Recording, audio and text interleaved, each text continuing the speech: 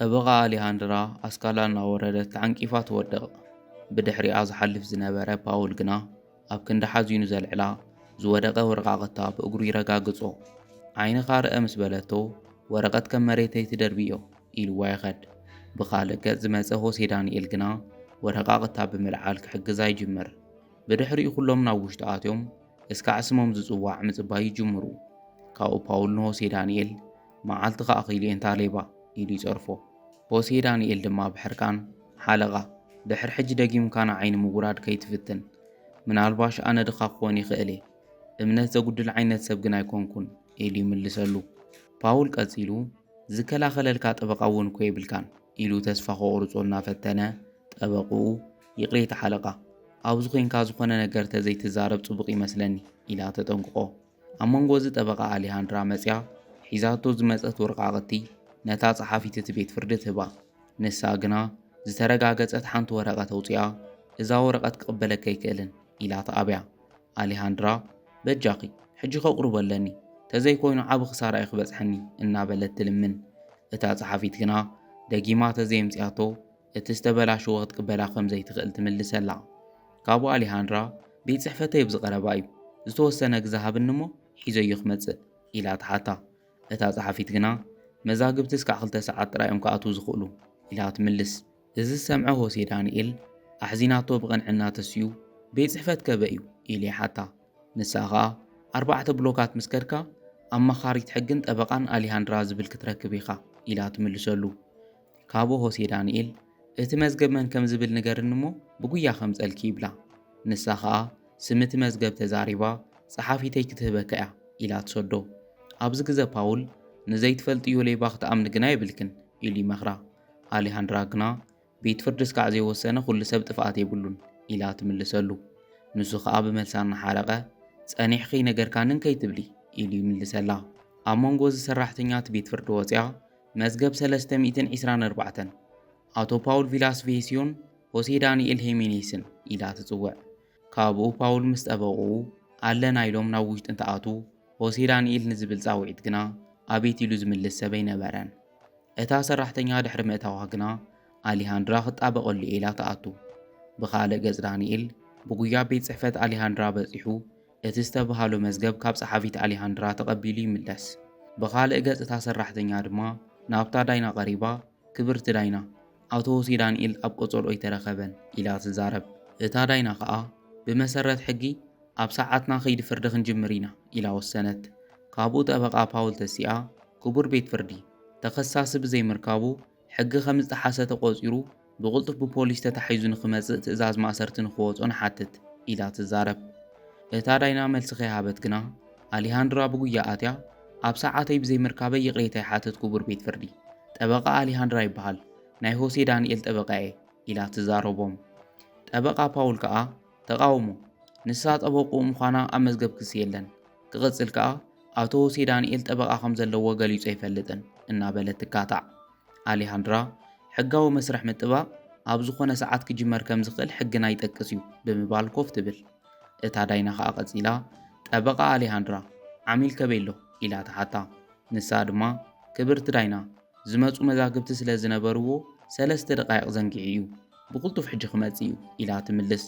ኣብዚ ግዜ ናይ ፓውል ጠበቓ ርግጸኛ ኮይና ኣቶ ሆሴ ዳንኤል ኣምሊጡ እዩ ኢላ ትዛረብ።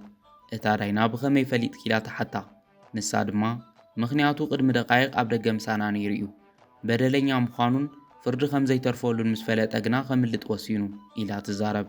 ካብኡ ኣሊሃንድራ ክብርቲ ዳይና ናይ ፓውል ጠበቓ ንዓሚለይ ኣብ ዘይተወሰነሉ በደለኛ ትገብሮ ዘላ እዚ ድማ እቲ ኸይዲ ፍርዲ ምስ ተወድአ ቤት ፍርዲ ጥራይ ክውስኖ ሓላፍነት ዘለዎ እናበለት ትካታዕ።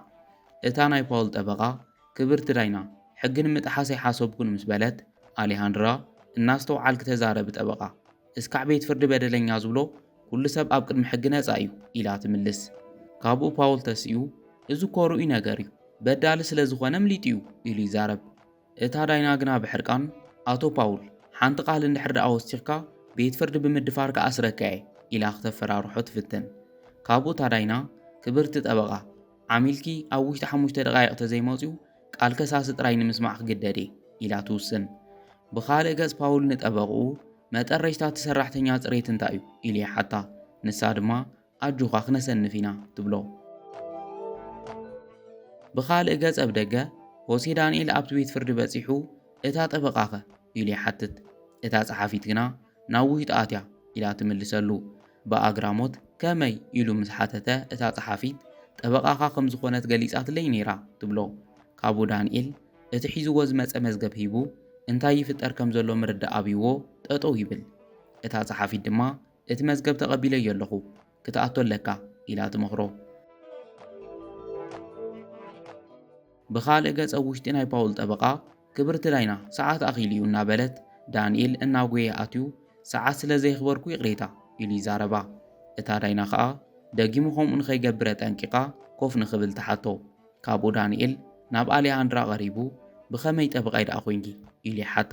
ንሳ ድማ ተዘይነብር ሕጂ ቤት ማእሰርቲ መሃለኻ ኢላ ትምልሰሉ። ካብኡ ዳንኤል ኣነ ዝኸፍለካ ዋላ ሓንቲ ገንዘብ የብለይን እንታይ ክትገብሪ ዘለኺ ኢሉ ይሓታ። ንሳ ኸኣ ንሱ ጸገም የብሉን ሕጂ ሓደ ነገር ጥራይ ክፈልጥ ዝደሊ ሰሪቕካ ዲኻ ይሰረቕካን ኢላ ተሓቶ።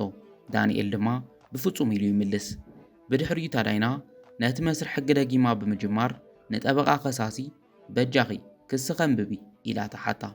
ንሳ ኸኣ ኣቶ ሆሴ ዳንኤል ሄሜኔስ ካብ ዓሚለይ ፓውል ገንዘብ ሰሪቑ ኣብቲ ሰዓት ዝተወሰነ መጠን ዘለዎ ገንዘብ ካብ ካዝና ዓሚለይ ጠፊኡ ነይሩ። እቲ ካዝና ብሓይሊ ከም ዝተኸፈተ ዝኾነ ምልክት የብሉን። ብመሰረት ውሽጣዊ ሕግታት እቲ ትካል ናብቲ ካዝና ዘለዎ ክፍሊ ክኣትዉ ዝኽእሉ 2 ሰባት ጥራዮም ተኸሳስን ኣቶ ፓውልን። ኮይኑ ግና ኣቶ ፓውል ኣብቲ ዕለት ኣብ ከተማ ኣይነበረን። ስለዚ እቲ እንኮ ናብኡ ናይ ምእታዊ መሰል ዝነበሮ ኣቶ ሆሴ ዳንኤል ጥራይ እዩ። በዚ ምኽንያት እዞም መረዳእታታት ብግምት ብምእታው ኣቶ ሆሴ ዳንኤል በዳሊ ምዃኑ ተረጋጊጹ ፍርዲ ንኽወሃቦ ይሓትት ኢላ ዘረባኣ ትውድእ። ካብኡ ኣሌሃንድራ ተሲኣ እታ ጠበቓ ካብ ግምት ተበጊሰ ኣበዳሊ ትብሎ ዘላ እምበር ብርግጽ ዓሚለይ ሰሪቑ ዝብል መረዳእታ የቕረበትን። ዓሚለይ ናብቲ ካሳ ዘለዎ ክፍሊ ክኣቱ ምኽኣሉ ጥራይ ሰራቂ ኸብሎ ኣይክእልን። በዚ ምኽንያት ክሶም ዝድግፍ መረዳእታ ንኸቕርቡ ይሓትት ኢላ ዘረባኣ ትውድእ። ካብኡ ታዳይና ንኸሰስቲ ክሱኹም ዘረጋግጽ ዝኾነ መረዳእታ ኣለኩም ዶ ኢላ ምስ ሓተተቶም እወ ኣለና ኢላ ብዙሕ ወረቓቕቲ ተቕርብ እሞ እዞም መረዳእታታት ኣብቲ ዕለት ተኸሳሲ ካልእ ሰራሕተኛ ብዘይብሉ ናብ ስራሕ ከም ዝኣተወን ዓሚለይ ኣብ ከተማ ከም ዘይነበረን ዘርእዩ መረዳእታታት እዮም ትብል። ኣሌሃንድራ ዝምስ ሰምዐት ይቕሬታ ክቡር ቤት ፍርዲ ምስ ዓሚለይ ክዕልል ግዜ ክትህቡኒ ትኽእሉ ዶ ኢላ ሕቶ ተቕርብ። እታ ዳይና ኸኣ 1 ደቂቓ ትፈቕደላ። ካብኡ ናብ ደገ ወሲዳ ዋላ ሓንቲ ኣይገበርኩን ኢልካን እንዶ ይነበርካን ኢላ ተሓቶ። ንሱ ድማ እወ ሕጂ እውን ክደግመልኪ ይኽእል እየ ዋላ ሓንቲ በደል የብለይን ኢሉ ይምልሰላ። ኣሌሃንድራ ድማ እቶም መዛግብቲ ግና ካሊኦም ዝብሉ ዘለዉ ኢላ ትዛረቦ። ንሱ ድማ ይፈልጥ እየ ኮይኑ ግና ዋላ እውን ናብ ቤት ማእሰርቲ ክኸድ እንተለኒ ዘይገበርክዎ ነገር ፈጺመ ኢለ ኣይኣምንን ኢሉ ይዛረባ። ካብኡ ኣሌሃንድራ ከምዘይ ዋዕልካዮ እንታይ መረዳእታ ኣለካ ኢላ ተሓቶ። ንሱ ድማ ጥራይ ኢለይ ካብቲ ቦታ እናወጻኹ ዝረኣየኒ ሰብ ኣሎ ኢሉ ይምልስ። ኣሌሃንድራ ብሓንሳብ ገጻ በሪሁ ሕጂ ድኣበይ ኣሎ ኢላ ተሓቶ። ንሱ ግና የለን ኢሉ ይምልሰላ። ካብኡ ኣሌሃንድራ ስለዚ ንዑ ንምርካብ ግዜ ክንሓትት ኣለና ኢላ ትዛረቦ። ዳንኤል ሕጂ እውን እናገረሞ ትረኽቦ ዝኾነ ነገር ዘየለ ንምንታይ ትሕግዞ ከም ዘላ ይሓታ። ንሳ ኸኣ ኣብ ህይወት ኩሉ ነገር ንኸስቢልካ ይትሰርሖን ኢላቶ ተኣቱ። ናብ ውሽጡ ምስ ኣተዉ ኣሌሃንድራ ንኽቕጽሉ ተሓቶም። ካብኡ ታዳይና ነቶም ዝቐረቡ መረዳእታታት እንታይ ትብሊ ኢላ ተሓታ። ንሳ ኸኣ እቶም መረዳእታታት ኣብኡ ምንባሩ እምበር ገበን ከም ዝፈጸመ ይረጋግጹን ብተወሳኺ ኣብቲ ገበን ተፈጺሙሉ ዝተባሃለ ዕለት ምስ ዓሚለይ ዝወፀን ነቲ ገንዘብ ከም ዘይወሰዶ ዘረጋግጽን ናይ ዓይኒ ምስክር ኣሎ ኢላ ዘይተገመተ ዘረባ ትዛረብ። እታ ዳይና መኒ ምስክርኩም ኢላ ተሓታ። ንሳ ድማ ኣውቲስታ ትትካል እዩ ኢላ ትምልስ። እታ ዳይና ቐጺራ ምስክርኩም ሕጂ ድኣበይ ኣሎ ኢላ ተሓቶም። ኣሌሃንድራ ኸኣ ድሕሪ እቲ ኩነታት ተሰዊሩ እዩ ስለዚ ንዕኡ ረኺብና ዓሚለይ ነፃ ምዃኑ ንኽነርኢ ግዜ ይወሃበና ኢላ ተሓትት። ካብኡ ጠበቓ ፓውል እቲ ዝበሃል ዘሎ ኣውቲስታ ካብ ስራሕ ብፍቓዱ ወፂኡ ንሕና እውን ክንረኽቦ ይከኣልናን ስለዚ ግዜ ምሃብ ትርጉም የብሉን ኢላ ትቃወም። ኣብ መጨረሽታ ግና ታዳይና ሕቶ ኣሌሃንድራ ተቐቢላ ድሕሪ 2 መዓልትታት ነቲ ምስክር ሒዞም ንኽቐርቡ ትፈቕደሎም። ናብ ደገ ምስ ወፁ ዳንኤል ንኣሌሃንድራ ፈጺሙ ዘይእመን እዩ ሎሚ ዝእሰር መሲሉ እዩ ተሰሚዕኒ ነይሩ ኢሉ ይዛረባ። ንሳ ድማ እንድሕር ተዘይሰሪቕካ ንምንታይ ትእሰር ኢላ ትምልሰሉ። ንሱ ድማ ምኽንያቶም ሓቃዊት ዓለም ገንዘብ ዘይብሎም ድኻታት እዮም ዝእሰሩ ኢሉ ይምልሰላ። ኣብዚ ግዜ ኣሌሃንድራ ይፈልጥ እየ ትብሎ። ዳንኤል ድማ ፈጺሙ ክርድአከ ኣይክእልን፣ ኣብ ናተይ ቦታ ኮይኑ ዘይረኣየ ሰብ ኣይርድኦን። ኣነ ዘይተረድአኒ ግና ንምንታይ ዘይትፈልጥኒ ክንስኽ ክትሕግዝኒ ኣለኺ? ካባይ ብሱሩ እንታይ ክትደሊ ኢሉ ይሓታ። ንሳ ድማ ከምኡ ገይረ ካብ ማእሰር ተድሒነካ ግና እዚ ክትዛረበናይ ምተገብአን ኢላ ትምልሰሉ። ካብኡ ዳንኤል ዝተዛረቦ ጌጋ ምዃኑ ተፈሊጥዎ ይቕሬታ። ሓደ ሰብ ዝረኽቦ ነገር ዘይብሉ ንምንታይ ክሕግዘኒ ከም ዝደልዩ ገሪምኒ ከምኡ ተዛሪበ። ካብኡ ከዓ ልዕሊ ዝኣክል ጌርክለይ እኺለ እየ ዝሓስብ፣ ነታ ኣውቲስታ ባዕለይ ከይደ ክእሉሽ እየ፣ ንኹሉ ዝገበርክለይ ኣዘይ መስግን ኢልዋ ክኸድ ይብል።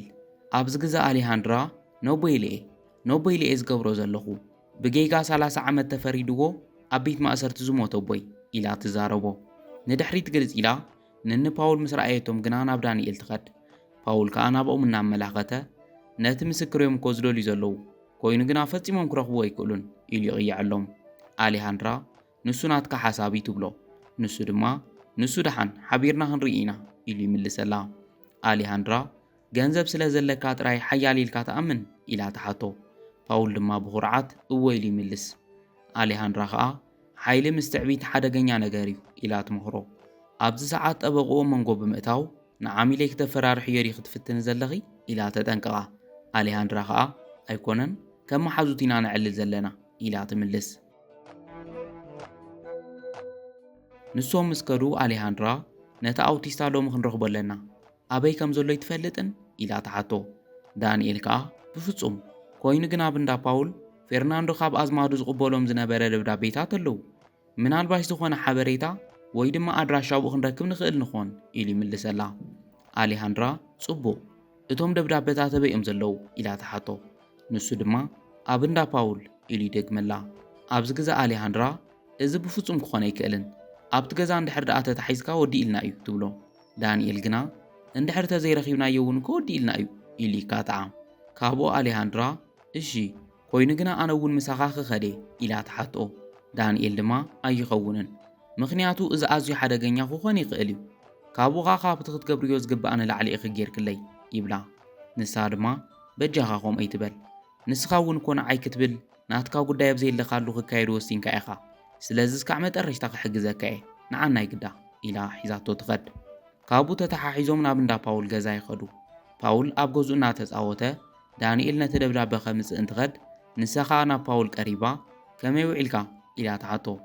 ፓውል ብኣግራሞት እናረኣየ ክብርቲ ጠበቓ ኣብዚ ደኣ እንታይ ትገብር ኣለኺ ኢሉ ይሓታ። ንሳ ድማ ሓደ ስምምዕ ነግበር ኢለ ክሓተከ እየ መፅእ ኢላ ትዛረቦ። ፓውል በቃ እኮ እቲ ጉዳይ ሰኒፈ እየ ዝኾነ ናትካ ሓገዝ ኣይደልን ንምንታይ ምሳ ክሰማማዕ ኢሉ ይሓታ። ኣሌሃንድራ ከዓ ርግፀኛ ክትኮን ኣለካ ዳንኤል ነታ ኣውቲስታ ረኺብዎ እንተኾነኸ መን ይፈልጥ ኢላ ተሓቶ። ፓውል ግና ርግፀኛ ኮይኑ ፈጺሙ ክረኽቦ ኣይክእልን ኢሉ ይምልሰላ። ኣሌሃንድራ ንምንታይ ስካዕ ክንድኡ ርግፀኛ ክትኮን ክኢልካ ኢላ ተሓቶ። ንሱ ድማ ካብ ዝተሓብአሉ ቦታ ከም ዘይወፅእ ርግፀኛ እየ ኢሉ ይዛረባ። ካብኡ ኣሌሃንድራ $5,000 ሙሉእ ዓወት ክህበካ ይኽእል ኢላ ተሓቶ። ፓውል ከዓ ብኣግራሞት ቅድሚ ሰዓታት ንሓቂ ጥራይ ላትቃለስ ጠበቓ ነይርኪ ሕጂ ከዓ ገንዘብ ተሓተ ኣለኺ ኣይገርምን ኢሉ ይሓታ። ንሳ ከዓ ኩሉ ሰብ ከኣምነኒ ምግባር እኮ ስርሐ እዩ ኢላቶ ትኸድ። ካብኡ ፓውል የቐኒየለይ ኮይኑ ግና ናትካ ሓገዘ የድልየንን ኢሉ የሰናብታ። እናተመለሰት ካብ ድሕሪት ፀዊዑ ክፉዕ ሓሲብኪ ከምዘይመጻኺ ተስፋ ይገብር ኢሉ የጠንቅቓ። ንሳ ድማ ከማይ ዝበለት ተራ ጠበቓ ንዓኻ ሓያልን ሃብታምን ሰብኣይ እንታይ ሞ ከይገብረካ ኢላቶ ትኸድ። ንሳ እናኸደት ኣብ ተመሳሳሊ ሰዓት ዳንኤል ወፁ ይሃድም። ካብኡ ብደገ ምስ ወፁ ኣሌሃንድራ እቶም ደብዳቤታት ርኢኻዮም ዶ ኢላ ተሓቶ። ንሱ ድማ እወ ኣድራሽኦም ዘሎ ኢሉ የርእያ። ካብኡ በቲ ዝረኸብዎ ኣድራሻ መሰረት ናብ እንዳታ ኣውቲስታ ኸይዶም ዳንኤል ፌርናንዶ እናበለ ደጋጊሙ የንኳኳሕ። ካብ ውሽጢ ግና ዝኾነ መልሲ ክረኽቦ ኣይከኣሉን። ፈርናንዶ ዓርክኻ እንዶ ይነበርኩን እናበለ ደጋጊሙ ምስለመኖ ግና ፈርናንዶ ማዕፁ ከፊቱ ብምውፃእ ካብዚ ከተማ ተሰዊርካ ጥራይ ኢኻ ክድሕን ትኽእል ኢሉ ይዛረቦ። ዳንኤል ድማ ኣነ ከም ዘይሰረቕኩ እኮ ትፈልጥ ኢኻ ኢሉ ይሓቶ። ፈርናንዶ ድማ እወ ይፈልጥ ኢሉ ይምልስ።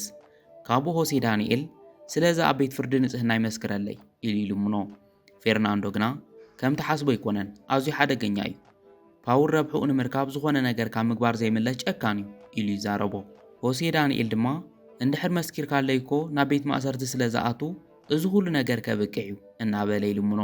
ንሱ ግና ዳንኤል ኣይተረድአካን፣ ፓውል ናይ ኢንሹራንስ ኣታዊ ንምርካብ እዩ ባዕሉ ሓቢእዎ፣ ስለዚ ክቃላዕ ብፍጹም ኣይደልን ኢሉ ማዕጾ ገጹ ይዓጹ። ዳንኤል ፈርናንዶ ጽናሕ እናበለ ይልምኖ።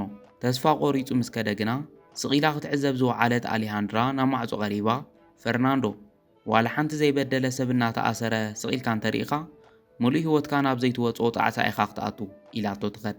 ብዙሕ ከይጸንሐ ፈርናንዶ ወፂኡ ዶክተር ኣሊሃንድራ ኢሉ ይጽዋዓ። ንሳ ከዓ ተመሊሳ ፈርናንዶ ሰላም ምስ በለቶ ኣብዚ ጉዳይ ንምንታይ ኢድከ እቲኺ ክተሰንፍ እኮ ይትኽእልን እናበለ ይመኽራ። ካብኡ ዳንኤል መንጎኦም ኣትዩ ትፋለጡ ዲኹም ኢሉ ይሓቶም። ንሳ ከዓ እወ ነዲኡ ሓለቓ ሰርሐትሉ ምኽፋል ኣብይዋ ተጣቢቐላ ነይረ ኢላ ትምልሰሉ። ካብኡ ፌርናንዶ ኣሊሃንድራ ካብዚ ጉዳይ እንተወፃኺ እዩ ዝሕሽ ኢሉ ይመኽራ።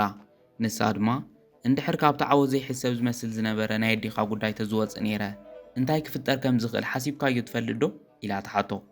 ካብኡ ከዓ መልሱ ከይተጸበየት ኮይኑ ግን ኣብቲ ጉዳይ ከማኻ ዝበለ ጨካን ምስክር ስለ ዘይነበረ ተዓዊትና ተዘይኮን ግን ፍትሒ ተጓዕፂጹ ምተረፈ ኢላ ትዛረቦ። ፌርናንዶ እዚ ናይ ኣደይን ጉዳይ ግን እኮ ሓደ ኣይኮነን ኢሉ ይካትዓ። ንሳ ከዓ ስእነት ፍትሒ ትማሊ ኾነ ሎሚ ኣዲኻ ኾነት ዳንኤል ሓደ እዩ፣ ኣበይ ክትረኽበኒ ከም ትኽእል ትፈልጥ ኢኻ፣ ድሕሪ 2 መዓልታት ይቆፀራና ኢላቶ ትኸድ። ናብ ደገ ምስ ወፁ ዳንኤል ዝመጽእ ይመስለኪ ኢሉ ይሓታ። ንሳ ከዓ ዘለና እንኮ ምስክር ንሱ ስለ ዝኾነ ክመጽእ ኢልና ተስፋ ተገበርና ይሕሽ ኢላ ትምልሰሉ። ካብኡ ቀፂላ እቲ ምስክር ተዘይመጽኡ እውን ካልእ ነገር ንምግባር ክዳሉ እየ ኢላ ንኸይጭነቐ ጸናኒዓቶ ናብ ቤት ጽሕፈታ ትኸድ። ብኻልእ ገጽ ናይ ፓውል ጠበቓ ናብ ገጹ ኸይዳ እቲ ሕማቕ ጠበቓ እንታይ ክትገብር እያ መጽያ ኢላ ትሓቶ። ንሱ ድማ ገንዘብ ሓቲታትኒ ኢሉ ይምልሰላ። እታ ጠበቓ ግና ከምኣ ዝበሉ ሰባት ገንዘብ ኣይደልዩን፣ ካልእ ነገር ደልያ ከም ዝመጸት ርግጸኛ እየ ኢላ ትዛረቦ። ፓውል ድማ ኣነ እውን ከምኡ እየ ጠርጢረ ግና ከረጋግጽ ኣይከኣልኩን ይብላ። ካብኡ እታ ጠበቓ እተውቲ ስታበይ ዘሎ ኢላ ትሓቶ። ንሱ ከዓ ንሰበይ ከም ዘሎ ፍጹም ኣይዛረብን ኢሉ ይምልሰላ። ብድሕሪኡ እታ ጠበቓ ስለዚ ዘጨንቕ ነገር የብልናን ትብሎ። ፓውል ከዓ ኢለ ተስፋ ይገብር ተዘይኮይኑ ግና ገዛይን ዝሃነጽኮ ኩሉ ሃብተይን የኽስእን ኢሉ ይምልሰላ። ድሕሪ 2 መዓልትታት ኣሊሃንድራን ዳንኤልን ናብቲ ቤት ፍርዲ ምስ ኣተዉ ዳንኤል ተቐዳዲሙ ምስክረይ መጸን እናበለ ይዛረብ። ኣሊሃንድራ ግና ንኻሃድእ ትምኽሮ። ኮፍ ምስ በሉ ታዳይና ጠበቓ ኣሊሃንድራ ምስክርኩም ኣይመጸን ድዩ ኢላ ትሓታ። ኣሊሃንድራ ከዓ ክብርቲ ዳይና ዘንጊዑ እምበር ክመጽእ እዩ ኢላ ትምልሰላ። እታ ዳይና ብሕርቃን እዚ ኮ ጸወታ ኣይኮነን ክመጽእ ዶ ይመጽእን ኢላ ተፋጥጠላ። ንሳ ከዓ ኣይፈልጥን ኢላ ኮፍ ትብል። ካብኡ ታዳይና እቲ ዝተባሃለ ምስክር ከም ዘይመጸር ኢላ ኣለና ምስ በለት ናይ ፓውል ጠበቓ ጠጠው ኢላ ክብርቲ ዳይና ዘየለ ምስክር ኣለና ኢሎም ስርዓት ፍትሒ ከታልሉ ፈቲኖም እዮም። ከም ዘይሰረቐ ዘርኢ ዝኾነ መረዳእታ እውን የለን። ብኣንጻሩ ዓሚለይ ኣቶ ዳንኤል ናብቲ ካሳ ዝነበረሉ ቦታ ናይ ምእታው ስልጣን ከም ዝነበሮ ኣብቲ ግዘብ ስራሕ ከም ዝነበረን ብግልፂ መረዳእታ ደጊፎ ርእዩ ትብል። ካብኡ ታዳይና እቲ ዝተባሃለ ምስክር ክቐርብ ኣይከኣለን፣ ቤት ፍርዲ ከዓ ካብ ግምት ተበጊሱ ክውስን ኣይክእልን ትብልዎ ኣለኩም ዶ ኢላ ንኣሊሃንድራ ተሓቶም። ኣብ መንጎ እዚ ፌርናንዶ መጺኡ ስለ ዘንጋዕኹ ይቕሬታ ይብል። እታ ዳይና መን ምዃኑ ምስ ሓተትቶ ድማ ፌርናንዶ ይበሃል ናይ ፓውል ኣውቲስታ እየ ነይረ ኢሉ ንባዕሉ የላሊ። ኣብ መንጎ እዚ ናይ ፓውል ጠበቓ ተሲኣ ተቃውሞ ኣብ ሰዓቱ ስለ ዘይመጸ ቃሉ ተቐባልነት ንኸይህልዎ ይሓትት ትብል። እታ ዳይና ግና ቃሉ ክትሰምዕ ከም ትደሊ ብምግላጽ ቀጽል ትብሎ። ካብኡ ፌርናንዶ ኩሉ ሓቂ ይፈልጦ እየ፣ ኣቶ ሆሴ ዳንኤል ዋላ ሓንቲ ኣይሰረቐን፣ ኣቶ ፓውል ግና ነቲ ካሳ ከፊቱ ኢሉ እናተዛረበ ፓውል ካብ ኮፍ ዝበሎ ተስዩ ሓሶት እዩ እናበለ ይቋርጾ። ጠበቕኡ እውን ክብርቲ ዳይና ቃል እዚ ምስክር ክእመን ኣይክእልን፣ ክቕጽል ከዓ ዝብሎ ዘሎ ብመረዳእታ ከረጋግጽ ኣይክእልን ኢላ ትቃወም። ካብኡ ታዳይና ንትብሎ ነገር መረዳእታ ኣለካ ዶ ኢላ ትሓቶ። ፌርናንዶ ግና ሚሞሪ ካርድ ኣውፂኡ ኩሉ ትደልዩ ሓበሬታ ኣብ ዘለኪ ኢሉ ንኣሊሃንድራ ይባ። ንሳ ድማ ነታ ዳይና ኩሉ ትደልዮ መረዳእታ ኣብ ዘሎ ኢላ ትባ። እታ ዳይና ነቲ ቪድዮ ምስ ከፈተቶ ፓውል ባዕሉ ኣትዩ ነቲ ካሳ እናኸፈቶ ይርአ። ኣብ ሰዓት ጠበቆ መንጎ ቋሪፃ እዚ ዋላ ሓንቲ ነገር ኣየርእን ትብል። ኣሊሃንድራ ከዓ እዚ ቪድዮ ኣቶ ፓውል ኣብቲ ተሰረቐሉ መዓልቲ ካብ ዓዲ ወፂእ ነይረ ዝበሎ ጌጋ ምዃኑ የርእዩ ኢላ ትካታዕ። ጠበቁኡ ዋላ እውን እንተኾነ ገበን ግን ኣይኮነን ኢላ ትምልሰላ። ኣሌሃንድራ ድማ ነታ ዳይና ክብርቲ ዳይና እቲ ቪድዮ እስካዕ መወዳእታ ንርአዮ ኢላ ትሓታ። ካብኡ እቲ ቪድዮ ምስ ቀጸለ ፓውል ካሳ ከፊቱ ገንዘብ እናወሰደ ይርአ። ጠበቁኡ ዋላ እውን እንተወሰዶ ናቱ እዩ ትብል። ኣሌሃንድራ ግና እዚ ኩሉ ተሰሪቀ ኢሉ ካብ ኢንሹራንስ ካሕሳ ንምቕባል ዝገበሮ ምትላል እዩ ኢላ ተረድእ። ኣብ መጨረሻ ዳይና ብመሰረት ዝቐረቡ መረዳእታታትን ቃል ምስክርነትን ኣቶ ፓውል ነቲ ገንዘብ ባዕሉ ምውሳዱ ጥራይ ዘይኮነስ እቲ ነገር ንሳልሳይ ወገን ከጸልም ከም ዝፈተነን ኣቶ ሆሴ ዳንኤል ድማ ካብ ኩሉ ዝቐረበሉ ክስታት ነፃ ከም ዝኾነን ርኢና ኣለና። በዚ ምክንያት ኣብ ልዕሊ ኣቶ ፓውል ንዝፈጸሞም ገበናት ምትላልን ገበን ከም ዝተፈጸመ ምሲልካ ምቕራብን ተታሒዙ ንኽሕተት ወሲና ኣለና ኢላ ውሳነኣ ተፍልጥ። ፓውል ብፍጹም ክትሕዙን ኣይትኽእሉን ኢሉ ብሕርቃን ይዛረብ። ጠበቁኡ ድማ ጸገም የለን ኣቶ ፓውል ይግባኣን ክንሓትት ኢና እናበለት ተጸናንዖ። ዳንኤል ስለዚ ሓገዝዎን ኣሌሃንድራን ፌርናንዶን ደጋጊሙ ይመስግኖም። ፌርናንዶ ድማ ዝተኸሰት ኣደይ እንተትኾን ክገብሮ ዝኽእል ነገር የገይረ ኢሉ ዋላ ሓንቲ ከም ዘይኮነ ይምልስ። ኣሌሃንድራ ድማ ብዝገበሮ ነገር ክሕበን ከም ዘለዎ ትዛረቦ። ካብኡ ዓወቶም ንምጽምባል ተተሓሒዞም ይኸዱ። ድሕሪ ዋርሕ ኣሌሃንድራ ቤት ጽሕፈታ ኸላ ሓደ ሰብ ማዕጾ ይንኳሕኳሕ። እቶም ምስ በለቶ ዳንኤል ፍዮሪ ሒዝላይ ኣቱ። ኣሌሃንድራ ኸኣ ደስ በሃሊ ፍዮሪ እዩ፣ እዚ ክትገብር ግን ኣይምተገብአን የቐኒየለይ ኢላ ትዛረቦ። ዳንኤል ከኣ ሕጊ ክምሃር ከም ዝጀመርኩ ከፍልጠኪ ኢለ መጽእ ኢሉ ጽቡቕ ዜና ይበስራ። ኣሌሃንድራ ኸኣ ኩሉ ግዜ ዝመጻኻ ኣለኹ ክትርስዕ የብልካን ኢላ ትመኽሮሞ ብሓደ ቡን ክሰትዩ ተሓቶ። ብድሕሪኡ ተተሓሒዞም ይኸዱ።